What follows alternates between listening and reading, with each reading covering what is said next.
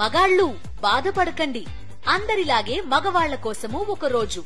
పూర్తి వివరాలకు చదవండి రేపటి సాక్షి హైదరాబాద్ ఎడిషన్. వైఎస్ జగన్మోహన్ రెడ్డి హయాంలో తీసుకొచ్చిన దిశ యాప్ ని దిశ పోలీస్ స్టేషన్లను కొనసాగిస్తారా లేదా అని ప్రశ్నించారు వైఎస్ఆర్సీపీ ఎమ్మెల్సీలు.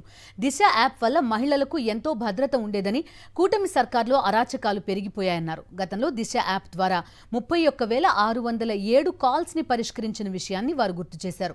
ఫాస్ట్ ట్రాక్ కోర్టులు ఏర్పాటు చేసి నిందితులను వెంటనే శిక్షించేలా చర్యలు తీసుకోవాలని డిమాండ్ చేశారు వైఎస్ఆర్సీపీ ఎమ్మెల్సీలు.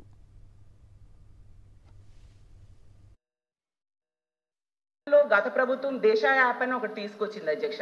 నిజంగా దిశ యాప్ ఉండేప్పుడైతే ఈ రాష్ట్రంలో మహిళలు చాలా ధైర్యంగా ఫీల్ అయ్యేవారు అధ్యక్ష. బయటికి వెళ్ళినప్పుడు ఎవరైనా అల్లరి పెట్టినా దిశ యాప్ ప్రెస్ చేసి ఎస్ఓఎస్ బటన్ ప్రెస్ చేస్తే చక్కగా పోలీసులు కొన్ని నిమిషాల్లోనే వస్తారు అని చెప్పి చాలా ధైర్యం ఫీల్ అయ్యేవారు. దానికోసం అనేసి 900 పైగా 2 వీలర్ వెహికల్స్, అలాగే 160 పైగా 4 వీలర్ వెహికల్స్, అలాగే దిశ వ్యవస్థ కూడా జగన్ తీసుకురావడం జరిగింది అధ్యక్ష.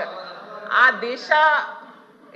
దిశ యాప్ ఈ ప్రభుత్వం కొనసాగిస్తుందా లేదా నేను అడుగుతున్నాను అధ్యక్ష. ఒకవేళ కొనసాగిస్తే ఇప్పటికీ ఎన్ని కేసులు ఈ దిశ యాప్ ద్వారా నమోదయ్యాయి అని అడుగుతున్నాను అధ్యక్ష. ఎందుకంటే గతంలో దిశ యాప్ ద్వారా 31,607 కాల్స్ ని పరిష్కరించారు అధ్యక్ష పోలీసులు. అది రికార్డెడ్ గా ఉంది. మరి ఇప్పుడు దిశ యాప్ అసలు కొనసాగిస్తున్నారా లేదా, లేకపోతే దానికి సమాంతర వ్యవస్థ ఏదైనా తీసుకొచ్చారా? మరి ఇంకోటి అధ్యక్ష ఇంకా ఉంది, 18 దిశ పోలీస్ స్టేషన్స్ కూడా గతంలో జగన్మోహన్ రెడ్డి గారు పెట్టారు అధ్యక్ష. దానిని కూడా వాటిని కొనసాగిస్తున్నారా లేదా కూడా అడుగుతున్నాను అధ్యక్ష. మన రాష్ట్రంలో అధ్యక్ష ఈరోజు హత్యలు, అత్యాచారాలు, దాడులు ఎక్కువై ఒక తారాస్థాయికి చేరాయి అధ్యక్ష. వీటిని మహిళలకు రక్షణ లేకుండా పోతుంది అధ్యక్ష. దాదాపు చూసుకుంటే గత 5 నెలల నుంచి దాదాపు అధ్యక్ష 110 మంది పైగా మహిళలకు అత్యాచారాలు జరిగాయి అధ్యక్ష. ఎదురు తిరిగితే 11 మందిని దారుణంగా చంపడం జరిగింది అధ్యక్ష.